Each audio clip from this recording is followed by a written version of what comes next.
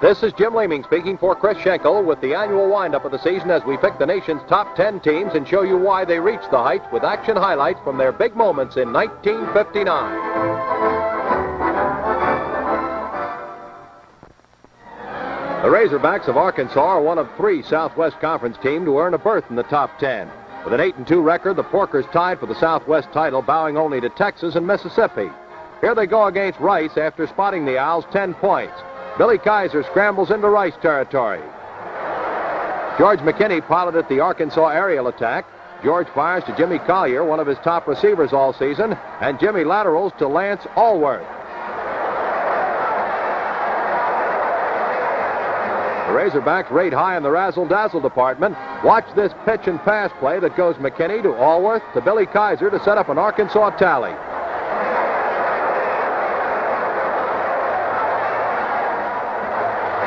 George McKinney dives for the score. The Razorbacks' great season thoroughly scrambled the picture in the Southwest.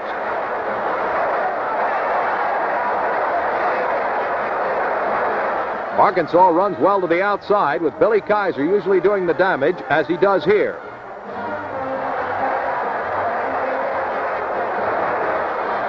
Lance Allworth is another of the speedy Razorback runners. Allworth and Kaiser give the Porkers a great 1-2 punch to the outside.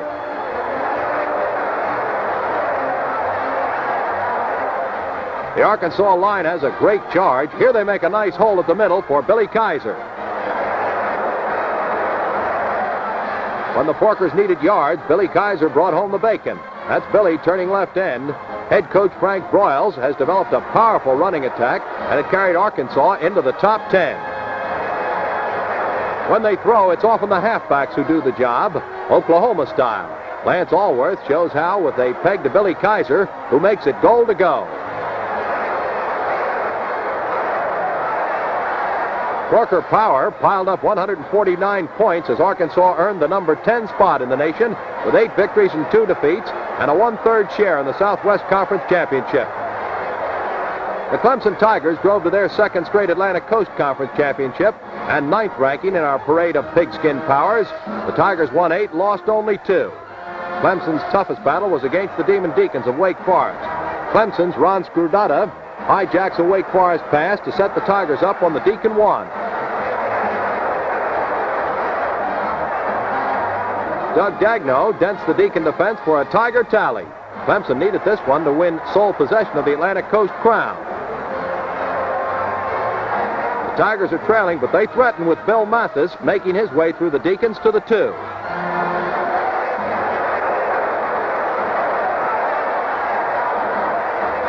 Clemson's crunching fullback, Doug Klein, crashes over to tie up the game. It's 14-14 as the Tigers take aim on the title. Wake Forest strikes back. Norm Snead passes to Neil McLean, and Neil sets sail for the goal line.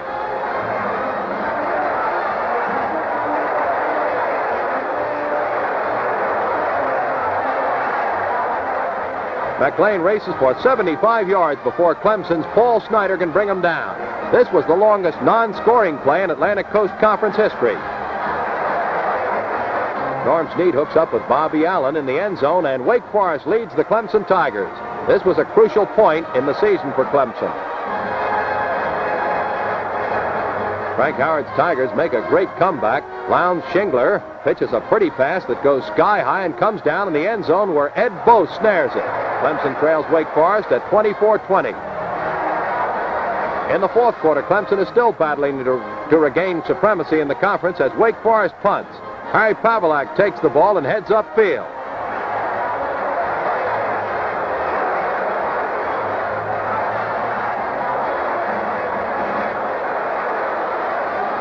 Harry hustles through the Demon Deacons like a man possessed on a 58-yard return. Doug Klein dives over the Deacon goal line, and Clemson leads for the first time in the game. But Wake Forest gets in front again with about 5 minutes left to play. As Wake Forest passes, Clemson gets its chance. George Usry intercepts and takes off for touchdown territory.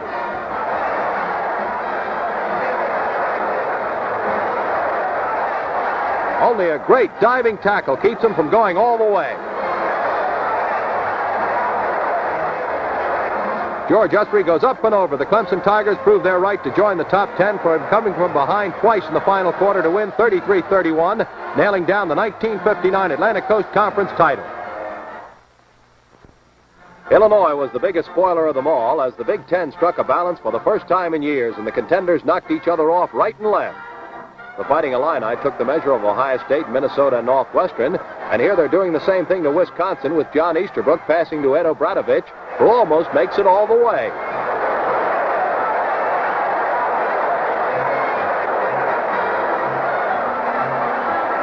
The Badgers stop Illinois cold on a great goal line stand, but the Fighting Illini won't be held forever. The Badgers try to move the ball out, but the Illinois charge knocks the ball loose, and it's a safety for the Illini as they take a 2-0 lead over Wisconsin.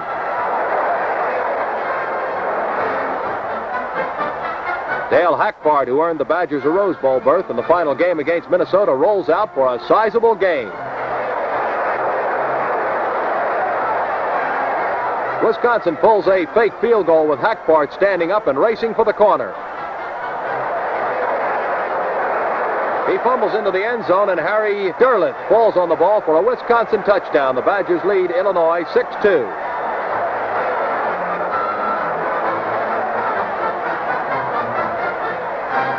The white-clad Illini push into Wisconsin territory with Mel Myers passing to John Counts for 16 yards.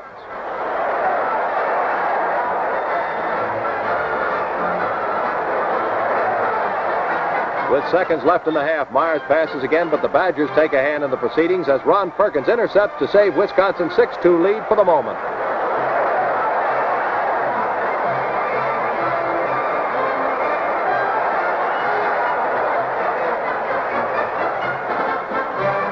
In the second half, the eager Illini are attacking again. Easterbrook hits Ethan Blackaby for 23 yards on a beautiful play.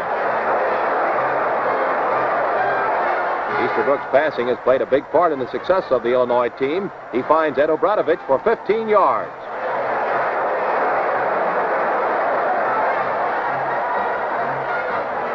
The Badgers don't give up their lead easily.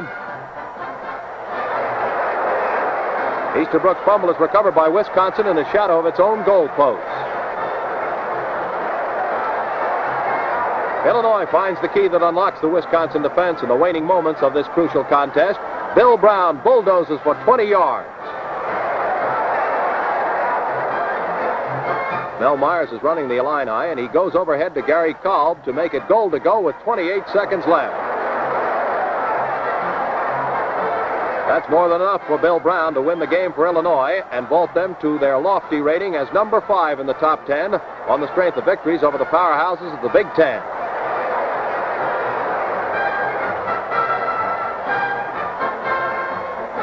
In the fourth spot is Texas Christian, third Southwest Conference team to join the top 10. The Horned Frogs were undefeated and untied in their last 7 games. The Frogs featured the hard running of Marv Lassiter, shown at work here in the Texas A&M game.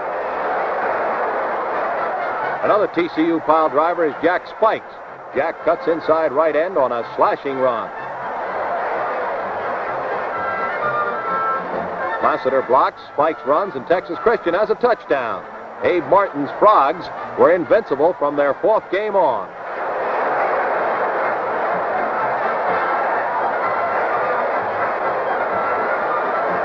Lassiter is on the loose again as the Horned Frogs put on one of their best offensive shows of the season. TCU's explosive ground game was coupled with a devastating passing attack with both halfbacks and the quarterback throwing. Here, Marshall Harris left hands a pass to Marv Lassiter for a TCU touchdown.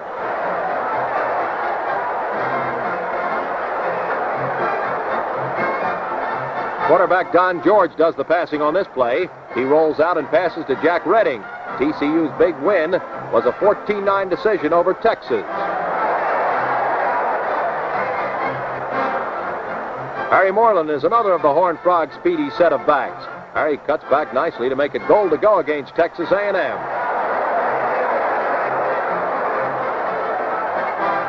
The Frog passing attack was bolstered by a fine pair of ends. Dale Glasscock shows his stuff as he cuts over the middle for a pass and explodes into the end zone for a 42-yard touchdown.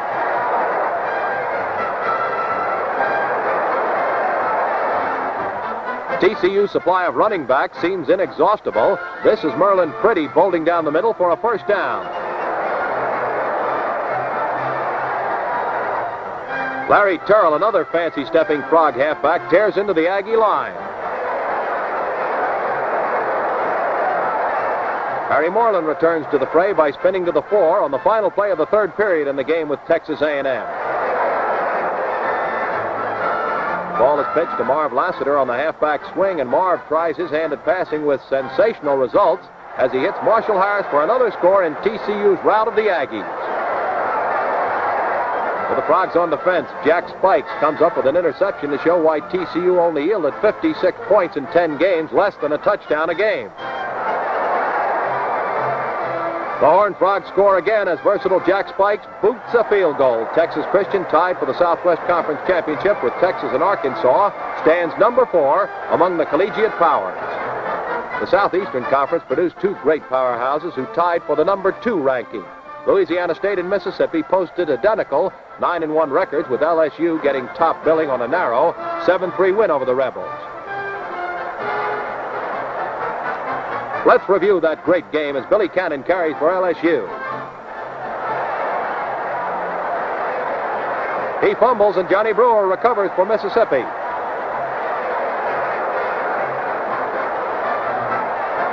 Ole Miss sends All-America fullback Charlie Flowers on a violent trip to the Tiger 9. At this point in the season, LSU has not yet yielded a single touchdown. Bob Kayat draws first blood for Ole Miss with a field goal, and the Rebels lead 3-0. Mississippi threatening LSU's uncrossed goal line again in the first half. Jake Gibbs elects to run with the ball and gets 13 yards. 7 of the Rebels' 9 victories in 1959 were shutouts, while LSU whitewashed the opposition 5 times. Jake Gibbs makes a goal to go on the 7, but LSU's famed Chinese Bandits hold right there.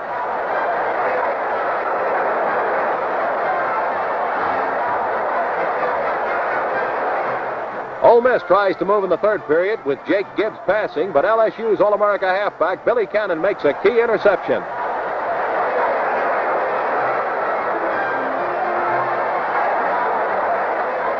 It's the Tigers' turn to try a field goal with Wendell Harris booting, but it's blocked.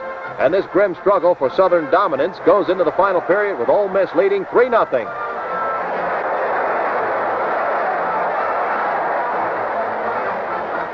The Rebels punt late in the game.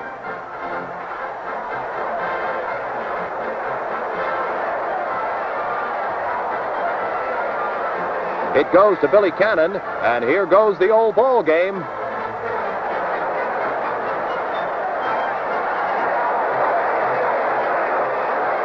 Cannon simply refuses to be stopped by the desperate Mississippi defense as he returns 89 yards for the score that gives the Tigers the lead.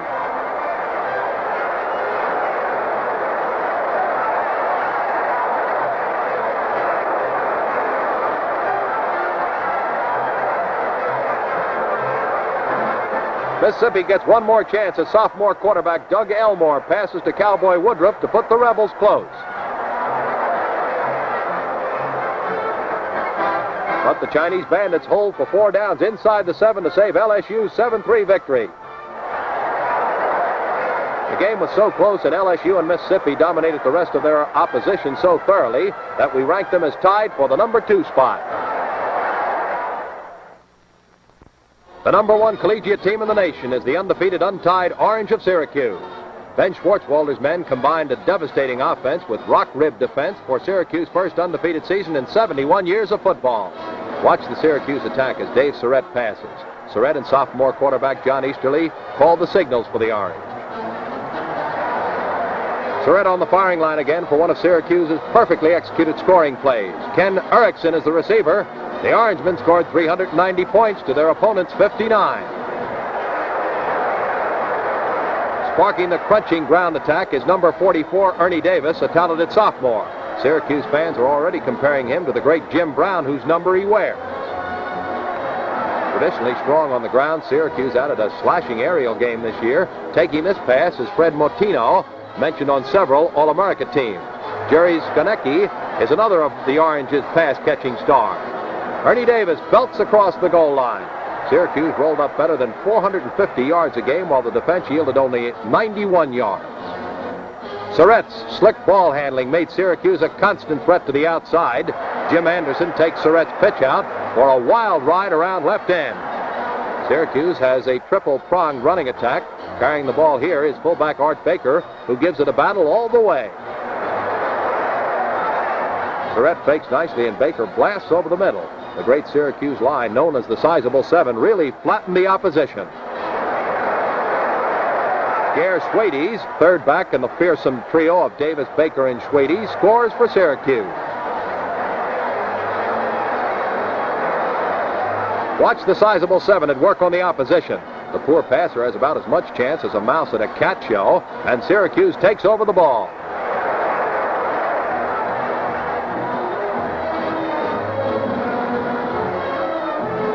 Art Baker sparks the offense. When he gets that ball, it heads for the goal line. Gare Schwades, who started the season at quarterback, was later moved to halfback to take more advantage of his running and pass-catching ability as Syracuse drove on the national championship. Syracuse's big defensive guns are booming on this play. The passer is pressured into a hurried throw, and Bob Stem intercepts for the Orange. Stem streaks all the way on a stirring example of why Syracuse is the top team in America, and Ben Schwartzwalder was voted Coach of the Year for 1959. Now let's review the top 10, 1959's best collegiate teams. Number 1, Syracuse University. Tied for the second spot, Mississippi and Louisiana State. Number 4, Texas Christian. Number 5, Illinois. Number 6, Georgia. Number 7, Pittsburgh. Number 8, Texas University. Number 9, Clemson. And number 10, Arkansas.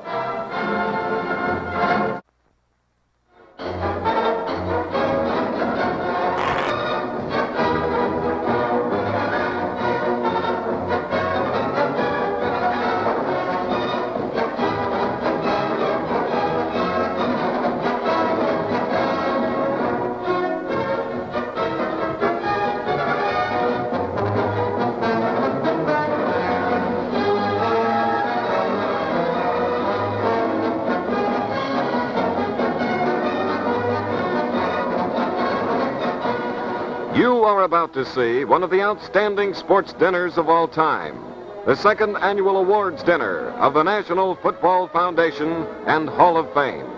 At this significant event, General of the Army Douglas MacArthur was presented with the second gold medal award of the foundation in recognition of a lifetime of devotion to American intercollegiate football. This year, the magnificent MacArthur Bowl, more than 800 ounces of sterling silver, was awarded for the first time. The 1959 dinner marked a significant step in the history of the foundation, says Chester J. LaRoche, president of the foundation and guiding spirit of its destinies. It was here that it was made evident to the world that the foundation had come of age and had assumed a leading position in the world of college football.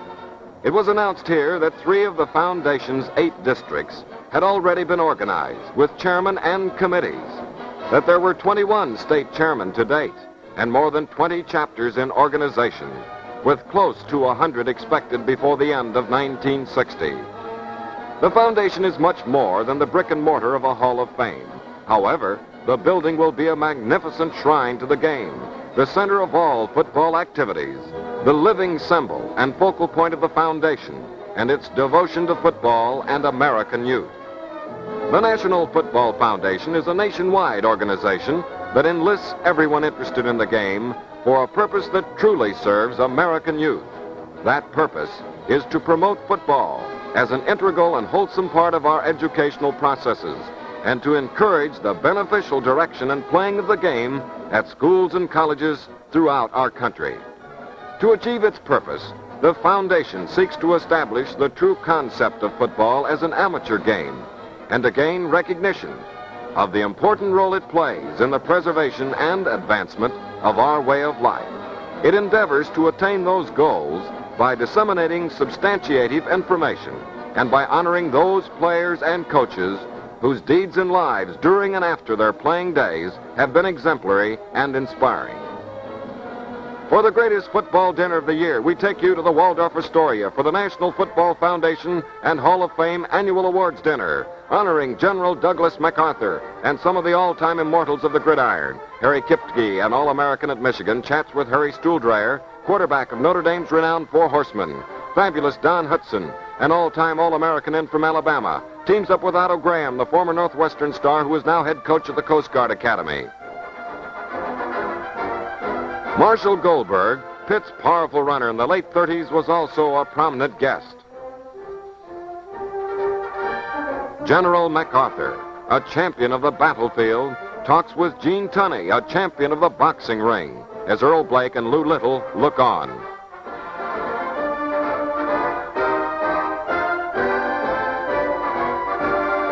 Colonel Earl Blake, famous Army coach, chats with Colonel Carl Hinkle, the all-time great Vanderbilt center, who is a new Hall of Fame member. And now, we move into the grand ballroom for the dinner itself.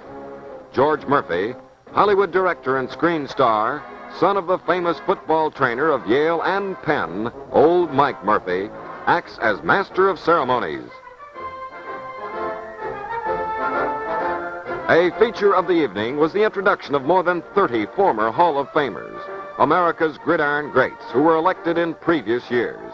The famous Lou Little, Dean of College Football Coaches, introduces the old Hall of Famers to the audience.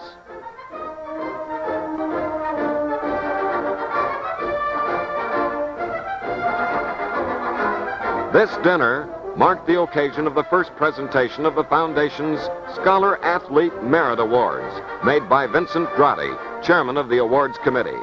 They were given to carefully selected college seniors who were outstanding in football performance, academic achievement, and campus leadership. This year, in addition to the awards, special fellowships of $500 apiece for graduate study were given to the boys through the outstanding generosity of Colonel Earl Blake. The first award goes to Gershwades of Syracuse, outstanding halfback. The other seniors who received the Scholar Athlete Awards were Paul Choquette of Brown, halfback; Neil Soley of Tennessee, fullback; Philip Roos of Ohio Wesleyan, tackle; Harry Tolley of Nebraska, quarterback; Maurice Doak of Texas, guard; Pat Smith of Wyoming, guard; and Don Newell of California, tackle. And now, the feature of the evening, the annual election of former great football players and coaches to the Hall of Fame. The 1959 elections went to 6 living and 3 deceased players and 1 coach. Here is Bob Hall, secretary of the foundation, reading the citations to the new electees. Major Felix Doc Blanchard, the thundering fullback for the great Army teams, receives his plaque. He was famous as Mr. Outside.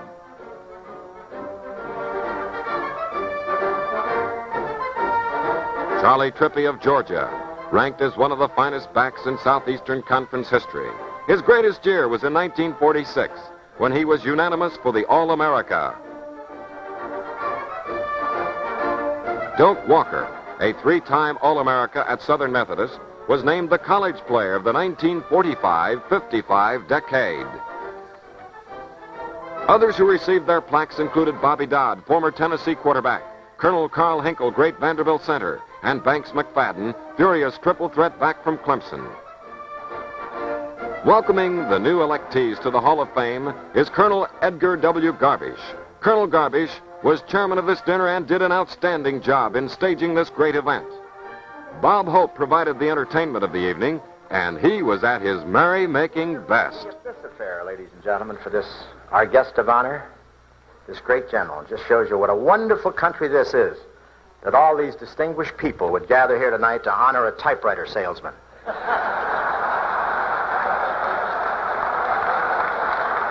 Now, Remington Rand hired him right after the war. They had to. He had more ribbons than they did.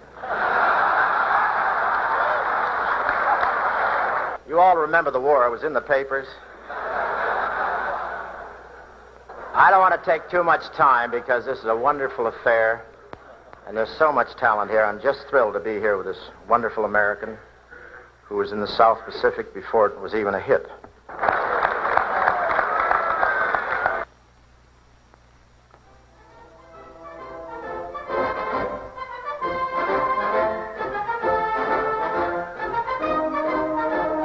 And here is the magnificent new MacArthur Bowl, which goes to the best football team in the country each year.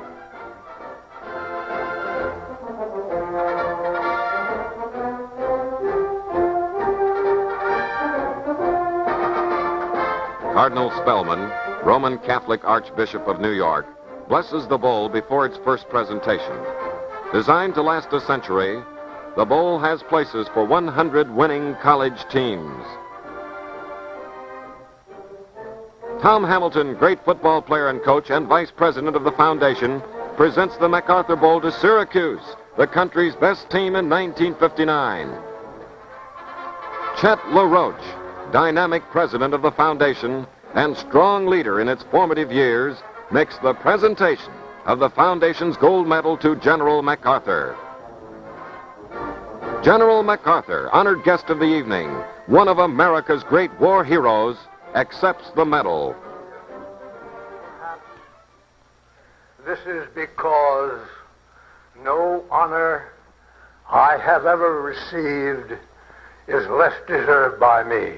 I can accept it only as symbolic of those unnamed thousands who through the years have loyally supported this great national sport. The game has become a symbol of our country's best qualities: courage, stamina, coordinated efficiency. Many even believe in these cynical days of doubt and indecision that through this sport we can best keep alive the spirit of virility and enterprise which has made us great. For youth, as it crosses the threshold of manhood, it has become a rallying point to build courage when courage seems to die, to restore faith where there seems to be little cause for faith, to create hope as hope becomes forlorn. George Murphy declares the dinner and a close.